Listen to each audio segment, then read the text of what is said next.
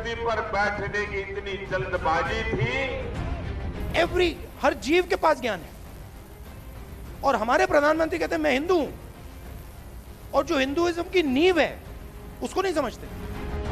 राजस्थान में कौन राज करेगा, किस दल को विधानसभा में बहुमत मिलेगा और किस राजनेता को मुख्यमंत्री पद की शपथ लेने का मौका मिलेगा, इन सारे सवालों का जवाब अगले 7 दिनों में मिल जाएगा। क्योंकि राजस्थान में लोकतंत्र का महापर्व अब नजदीक आ चुका है। 7 दिसंबर को यहां की जनता अपना नुमाइंदा चुनने के लिए मतदान करेगी। लेकिन चुनावी जंग में लोगों का क्या है रुझान, किस तरफ बह रही है सियासी हवा, लोगों के मन की बात आप तक पहुंचाने के लिए न्यूज नेशन की टीम सियासी ग्राउंड जीरो पर है। सत्ता के सेमीफाइनल के सफर में आज हम आपको नवाबों की नगरी टोंक का सियासी मूड दिखाएंगे। राजस्थान के रण में इससे पहले आप अलवर, भरतपुर, दौसा, जयपुर और अजमेर का चुनावी हाल देख चुके हैं। ये राजस्थान का टोंक है, या फिर यूं कहिए कि राजस्थान का लखनऊ है, क्योंकि लखनऊ के बाद अगर किसी शहर को नवाबों के शहर के नाम से जाना जाता है तो उसका नाम टोंक है। नवाबों का यहाँ की राजनीति पर भी अच्छा खासा प्रभाव है। लेकिन इस बार यहाँ कांग्रेस ने अपने प्रदेश अध्यक्ष सचिन पायलट को उम्मीदवार बनाया है। तो कहा यह भी जा रहा है कि अगर सचिन पायलट जीतते हैं और कांग्रेस की सरकार बनती है तो वो मुख्यमंत्री बन सकते हैं। लेकिन दूसरी तरफ बीजेपी ने पहली बार यहां से अपने एक मुस्लिम उम्मीदवार को खड़ा कर दिया है, यूनुस खान। जी हां, उनको सामने खड़ा किया है सचिन पायलट के। अब देखना दिलचस्प होगा कि इस शहर में क्या सियासी समीकरण बदलते हैं, जातिगत समीकरण बदलते हैं, या फिर धार्मिक समीकरण गलत साबित हो जाते हैं। सत्ता के सेमीफाइनल में अब आपको हम दिखाते हैं टोंक का हाल। टोंक जिले में विधानसभा की 4 सीटें हैं, जबकि टोंक सवाई माधोपुर लोकसभा में कुल 8 सीटें हैं। 2013 के चुनाव में यहां सभी 8 सीटों पर बीजेपी ने जीत दर्ज की थी। टोंक, जिसे नवाबों का शहर कहा जाता है, टोंक राजस्थान की इकलौती मुस्लिम रियासत है। नवाब अमीर खान ने इस शहर को बसाया था। मौजूदा सियासी रण में टोंक की सीट अचानक सुर्खियों में आ गई, क्योंकि यहां से राजस्थान प्रदेश कांग्रेस के मुखिया सचिन पायलट ताल ठोक रहे हैं। बीते 46 सालों में कांग्रेस यहां से सिर्फ मुस्लिम प्रत्याशी ही उतारती आई थी। सियासी पंडितों के मुताबिक अगर सचिन पायलट यहां से चुनावी जंग जीतने में कामयाब रहते हैं और कांग्रेस को बहुमत मिला तो पायलट मुख्यमंत्री की कुर्सी तक भी पहुंच सकते हैं। जब कांग्रेस ने मुस्लिम बाहुल्य टोंक सीट से पायलट को उतारने का ऐलान किया, तब बीजेपी ने भी अंतिम पलों में यहां से अपने मौजूदा विधायक का टिकट काटकर मुस्लिम उम्मीदवार यूनुस खान को मुकाबले में खड़ा कर दिया। अब यूनुस खान वसुंधरा सरकार के कराए विकास कार्यों को गिनाकर लोगों से वोट मांग रहे हैं। बीजेपी सरकार में दिग्गज मंत्री यूनुस खान साहब और सचिन पायलट को टक्कर देने के लिए उन्हें उतार दिया गया है मैदान में। सर, सचिन पायलट के सामने आपको पार्टी ने खड़ा कर दिया है। पहली बार इस सीट से किसी मुस्लिम उम्मीदवार को पार्टी ने उतारा है। दूसरी बात ये कि सचिन पायलट के जातिगत समीकरण और आपके जातिगत धार्मिक समीकरण के हिसाब से आपको क्या लगता है कि आप किस तरीके से जीत पाएंगे इस सीट को? देखिए, ये चुनाव कोई जाति धर्म का नहीं हो रहा है। ये चुनाव ये है कि जनता की सेवा किसने की और कौन करेगा, इसका चुनाव है। मैं पिछले 10 वर्षों से भारतीय जनता पार्टी की सरकार में सेवक के रूप में काम कर रहा हूं और सरकार में मंत्री रहते हुए मैंने इस टोंक में 2000 करोड़ रुपए के पिछले 5 वर्षों में सड़कें बनाई है। जाति का गणित तो वो लगा क्या है, तो एक जो उन्होंने जो गणित लगाया, तो गणित में 2 और 2 4 होते हैं, तो हमें मतलब जो है 2 और 2 4 प्लस 1 करके 5 करके और पार्टी को जिताना था, उनका गणित बिगाड़ना था, इसलिए हमने ये फैसला किया। सत्ता के सेमीफाइनल के सफर में हमने यहाँ के लोगों का सियासी मूड जानने की कोशिश की। यहाँ के पटेल चौक पर लोगों के साथ हुई चाय पर चर्चा के दौरान कौन सी बातें निकलकर सामने आई, आप लोगों की जुबानी ही सुन लीजिए।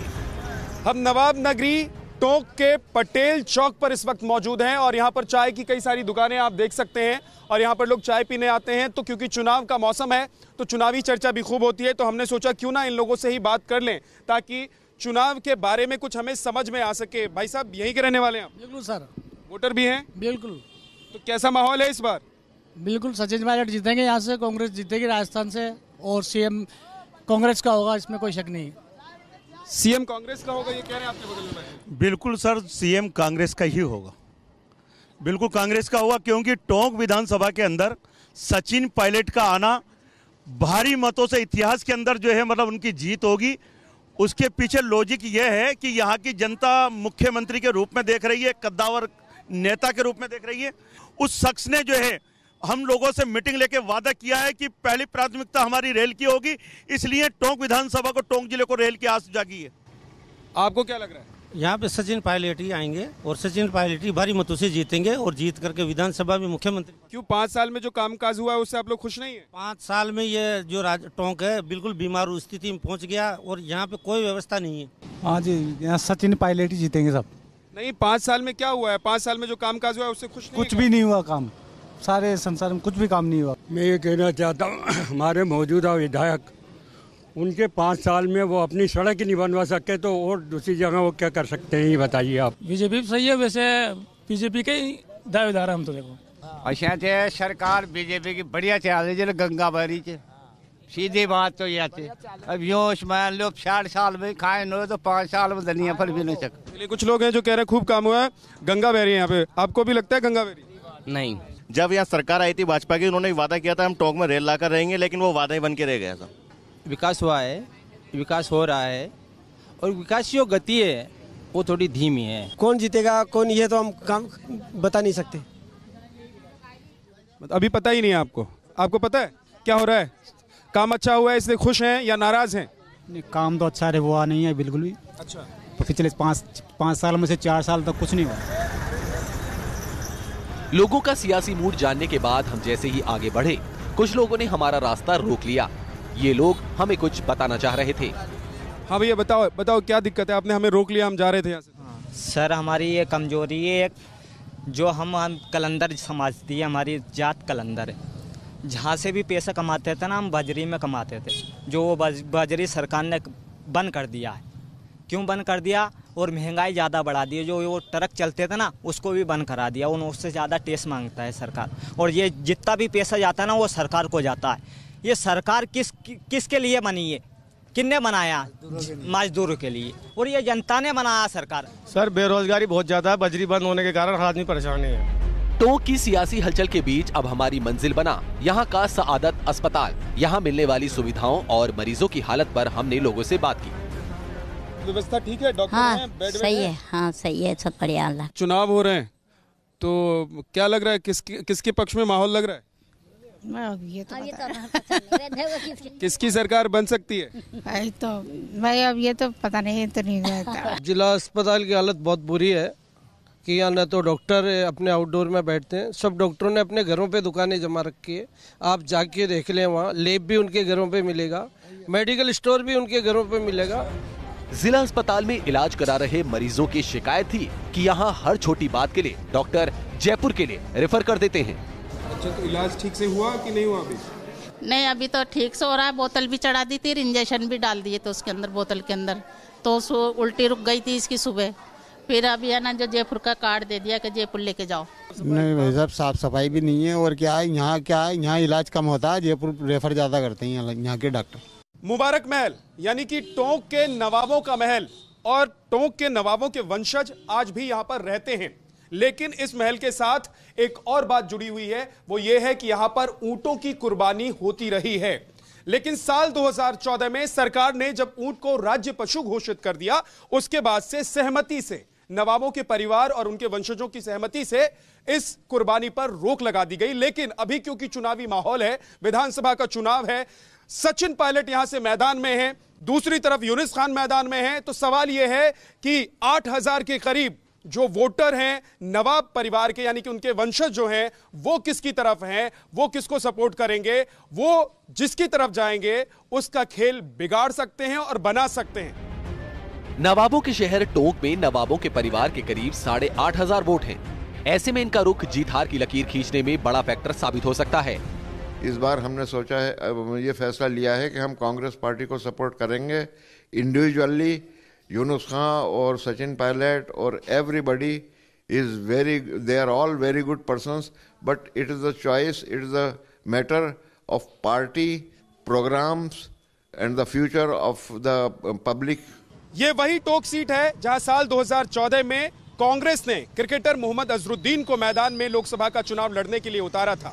मुस्लिम बहुल इलाका है, लिहाजा कांग्रेस को लगा था कि मोहम्मद अजरुद्दीन सीट निकाल जाएंगे, लेकिन वो हार गए थे। अब विधानसभा का चुनाव है और बीजेपी ने यहां से एक मुस्लिम कैंडिडेट, जो कि प्रदेश के बड़े और दिग्गज मंत्री भी हैं, मैदान में उतारा है। सवाल ये है कि क्या बीजेपी का ये दाव उल्टा पड़ जाएगा या फिर वो चुनावी समीकरण को बदल पाएगी। सत्ता के सेमीफाइनल के सफर में टोंक के कारोबारियों का क्या कहना है, ये जानने के लिए हम एक दुकान पर पहुंचे। कारोबारियों को उम्मीद है कि दो दिग्गजों के मुकाबले में होने से टोंक का भला होगा। तो इस बार क्या लग रहा है चुनाव के माहौल को देखते हुए, क्या हो रहा है? चुनाव माहौल दोनों कैंडिडेट बढ़िया है। विकास है या नहीं है? देखिए, विकास तो हुआ है, लेकिन जो है ना, एक नाम मात्र का विकास हुआ है, दिखावे का विकास हुआ है। दिखावे का ही विकास लगता है क्या, या सच में टोंक में पिछले 5 साल में कुछ विकास हुआ है, 10 साल में कुछ बदला है? अभी तक तो साहब दिखावे का विकास लग रहा है। मैं क्या अपना चाह रहा था कि यहाँ पे हमें उम्मीदें वैसे सचिन पायलट से ज़्यादा हैं, और हमारे साथ हमारे जितने भी यंगेस्ट सारे लड़के हैं जोश और आवाज के साथ, सब सचिन के साथ हैं। चुनावी जंग के बीच आगे बढ़ते हुए हमने कुछ किसानों से भी बात की और उनकी हालत को समझने की कोशिश की। टोंक में किसान क्या सोच रहे हैं सरकार को लेकर, नेताओं को लेकर, यहाँ के विकास को लेकर, और उनके साथ पिछले 5 साल में क्या हाल रहा है, वो जानने के लिए हम एक ट्रैक्टर पर बैठे हैं। आप किसान हैं भाई साहब, क्या नाम है आपका? चांदमल सैनी। तो कैसा रहा पिछला 5 साल? पिछला साल वैसे तो सही है, लेकिन मजदूर आदमी परेशान है। क्या परेशानी है? परेशानी यही, रोजगार नहीं है, खेती बाड़ी में फसलें की रेट भाव नहीं रहता। तो मतलब ये सरकार वापस आ जानी चाहिए ऐसा लगता है, या फिर लगता है कि कुछ बदलेगा तो और अच्छा होगा? नहीं, सरकार ने बढ़िया काम किया है और यही सरकार वापस रिपीट होगी दोबारा। सत्ता के सेमीफाइनल के सफर में अब हम शहर के घंटाघर इलाके में गए। यहाँ की फिजाओं में भी चुनावी रंग घुला हुआ नजर आया। तो राजस्थान में मोहर लगेगी हाथ पर या फिर कमल खिलेगा एक बार फिर से, इसके लिए आपको 11 दिसंबर का इंतजार करना है। लेकिन टोंक में हैं हम, और यहाँ पर फूल कितने खिले हैं, कुछ फूल का काम करने वाले लोग हमारे साथ हैं इस चौराहे पर। भैया, 5 साल में कितना कुछ बदला है?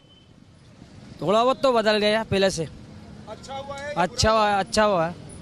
कांग्रेस का जीतेगा यहाँ, राहुल संजय पायलट जीतेगा यहाँ। तो सरकार कैसी लग रही है अभी, चुनावी माहौल कैसा लग रहा है, और क्या परिवर्तन का माहौल लग रहा है, या फिर ऐसा लग रहा है कि ये सब चल रहा है वो सब ठीक है? जो युवा के साथ होना चाहिए वो हुआ नहीं, रोजगार वगैरह नहीं मिल पाया इतना। सत्ता के सेमीफाइनल के सफर में हमने टोंक की सड़कों की भी हालत देखी।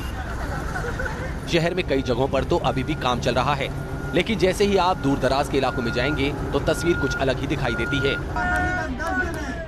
टोंक के बाहरी इलाके की देवली उनियारा विधानसभा भी खासी चर्चा में है, क्योंकि यहाँ से कांग्रेस के टिकट पर विधानसभा चुनाव लड़ रहे हैं हरीश चंद्र मीणा।